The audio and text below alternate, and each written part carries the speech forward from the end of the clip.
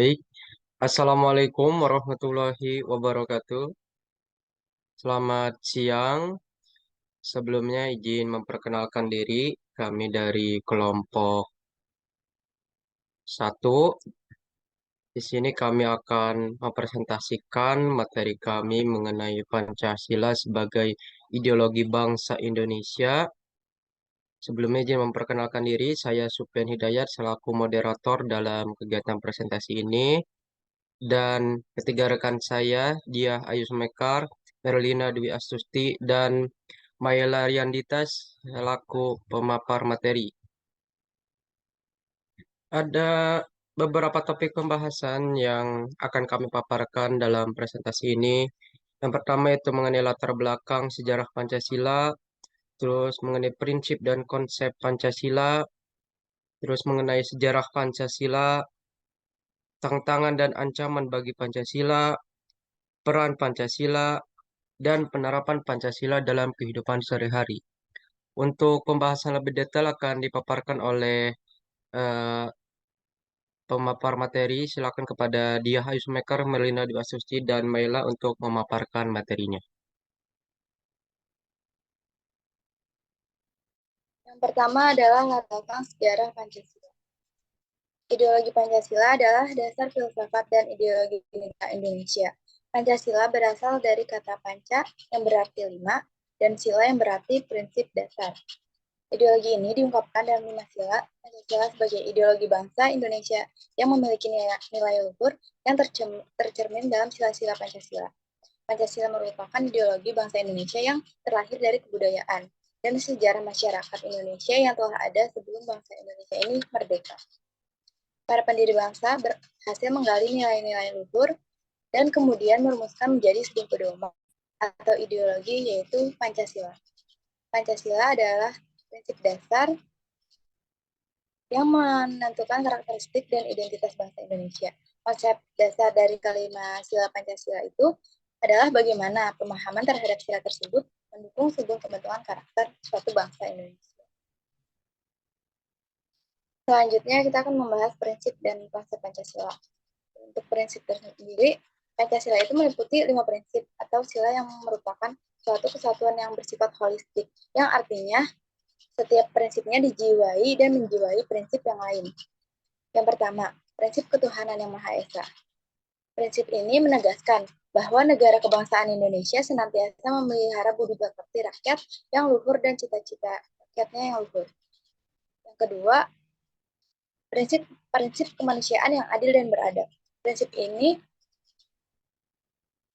mengenai manusia yang diakui dan diperlakukan sesuai dengan harkat dan martabatnya sebagai makhluk ciptaan Tuhan yang Maha Esa yang semuanya sama derajatnya. Yang ketiga, prinsip persatuan Indonesia. Prinsip ini merupakan penegasan sikap yang meyakinkan bangsa Indonesia untuk bersatu dalam satu negara yang mencerminkan kepentingan dan keselamatan bangsa dan negara di atas kepentingan diri sendiri ataupun golongan. Yang keempat, prinsip kerakyatan yang dipimpin oleh hikmat kebijaksanaan dalam permusyawaratan perwakilan. Bung Karno menegaskan bahwa yang hendak didirikan adalah negara semua untuk semua, karena syarat mutlak untuk kokohnya negara Indonesia adalah permusyawaratan, perwakilan, dan segala permasalahan aspirasi rakyat, utamanya menyangkut hak sipil, hak politik, hak ekonomi, sosial, dan budaya, dimusyawarahkan oleh wakil-wakil rakyat dalam lembaga-lembaga perwakilannya. Yang kelima, prinsip keadilan sosial bagi seluruh rakyat Indonesia. Prinsip keadilan sosial ini menegaskan bahwa kemakmuran masyarakatlah yang diutamakan, bukan kemakmuran oleh seseorang atau golongan. Selanjutnya,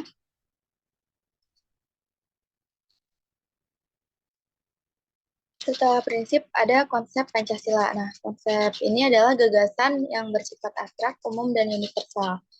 Konsepnya sendiri ada 5. Yang pertama, konsep religiositas, itu konsep yang menegaskan pengakuan bangsa Indonesia akan adanya kekuatan gaib yang menjadikan alam semesta ini, termasuk manusia.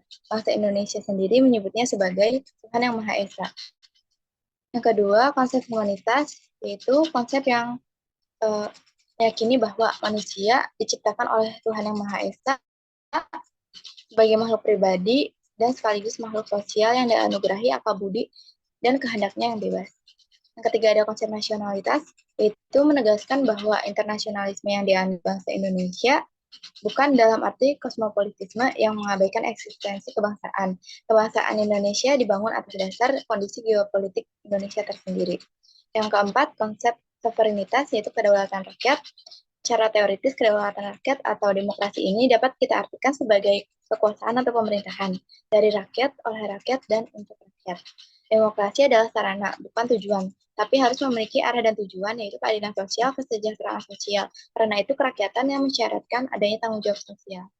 Yang kelima, ada konsep keadilan sosial. Konsep ini menegaskan bahwa kemerdekaan bangsa Indonesia diabdikan bagi terwujudnya cita-cita rakyat yang luhur, yaitu terwujudnya negara bangsa yang merdeka, bersatu, berdaulat, adil, dan makmur. Makmur sendiri dalam keadilan dan adil dalam kemakmuran. Sejarah Pancasila. Pada tanggal 1 Juni 1945, sebuah sidang yang dikenal sebagai Sidang BPUPKI, Badan Penyelidik Usaha Persiapan Kemerdekaan Indonesia, diadakan di Jakarta. Sidang ini merupakan langkah awal dalam merumuskan dasar negara Indonesia.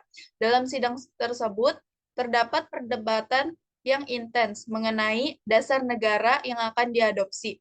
Beberapa pandangan diajukan, termasuk yang berbasis agama dan yang berlandaskan pada prinsip-prinsip sosialisme. Namun pada tanggal 22 Juni 1945, dalam sidang BPUPKI ke-27, Insinyur Soekarno menyampaikan pidato yang mengungkapkan visinya tentang dasar negara yang berlandaskan pada 5 sila. Pada tanggal 18 Agustus 1945, Panitia Persiapan Kemerdekaan Indonesia atau biasa disebut PPKI yang merupakan kelanjutan dari BPUPKI mengadakan sidang yang memutuskan untuk mengesahkan Undang-Undang Dasar 1945. Dalam sidang tersebut, Pancasila secara resmi diadopsi sebagai dasar negara Indonesia.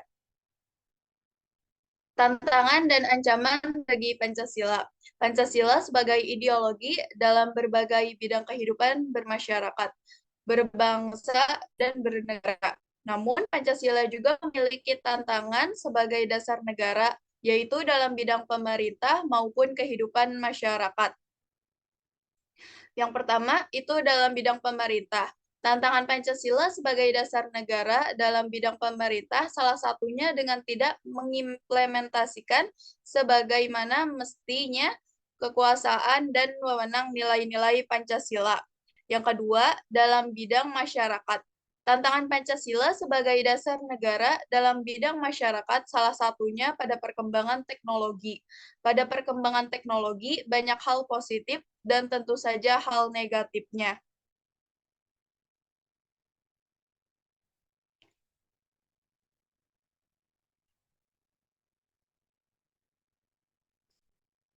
Selanjutnya ada ancaman bagi Pancasila.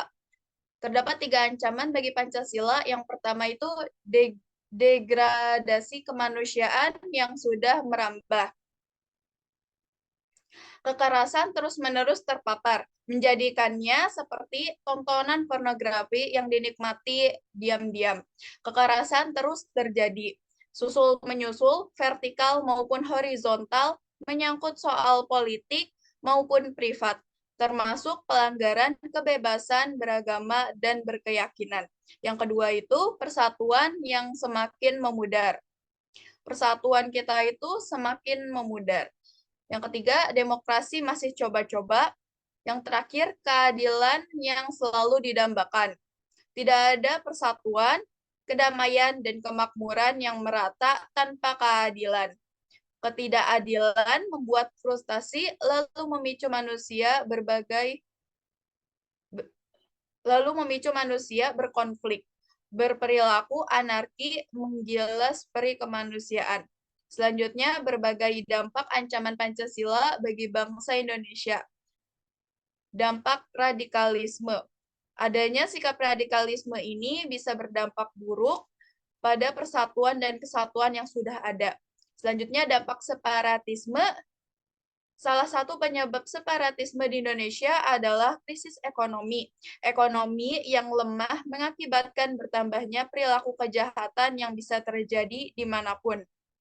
Yang terakhir, dampak intervensi. Intervensi dapat berdampak positif, yaitu baik, ataupun berdampak negatif, yaitu buruk, sesuai dengan tujuan dilakukannya. Pentingnya Pancasila sebagai ideologi bangsa Indonesia. Yang pertama, identitas dan kesatuan bangsa.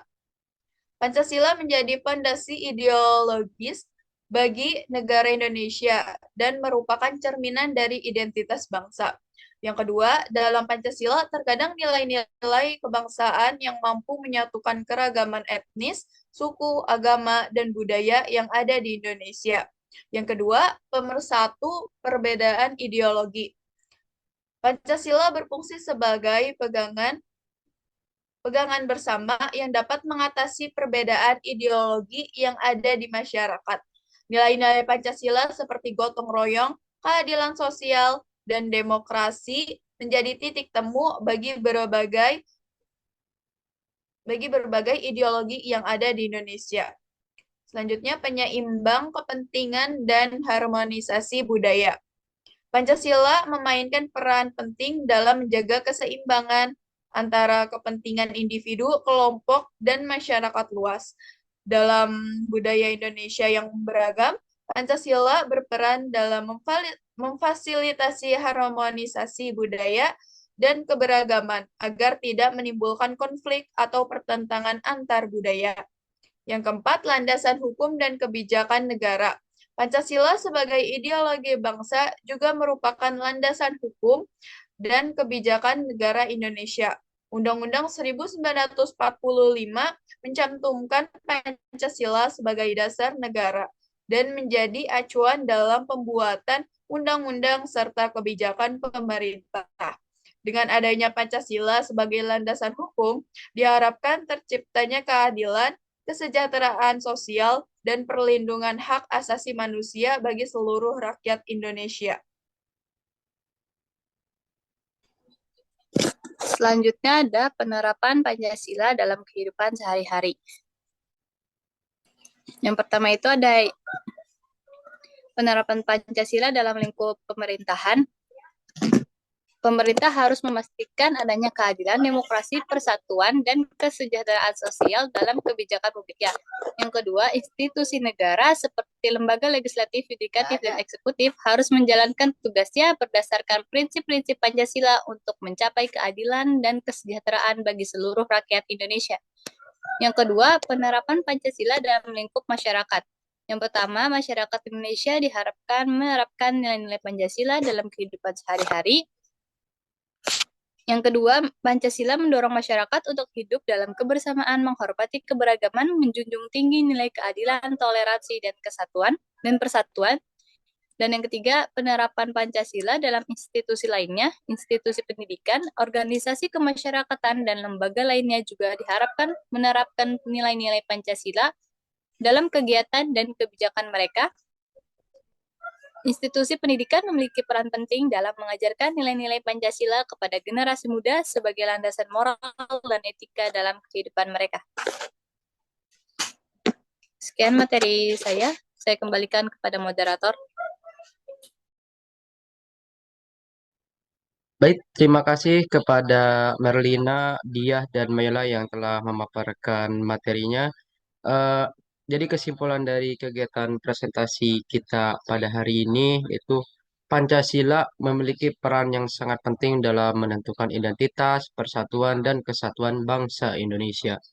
Sebagai ideologi negara, Pancasila menjadi dasar filsafat negara yang menggambarkan nilai-nilai kebangsaan, demokrasi, keadilan sosial, dan persatuan.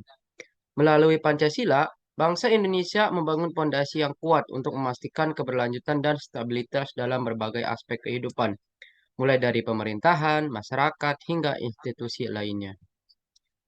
Baik, itu saja presentasi dari kelompok kami. Kami dari kelompok 1 memohon maaf bila dalam mempresentasikan materi ini masih banyak kesalahan dan kekurangan.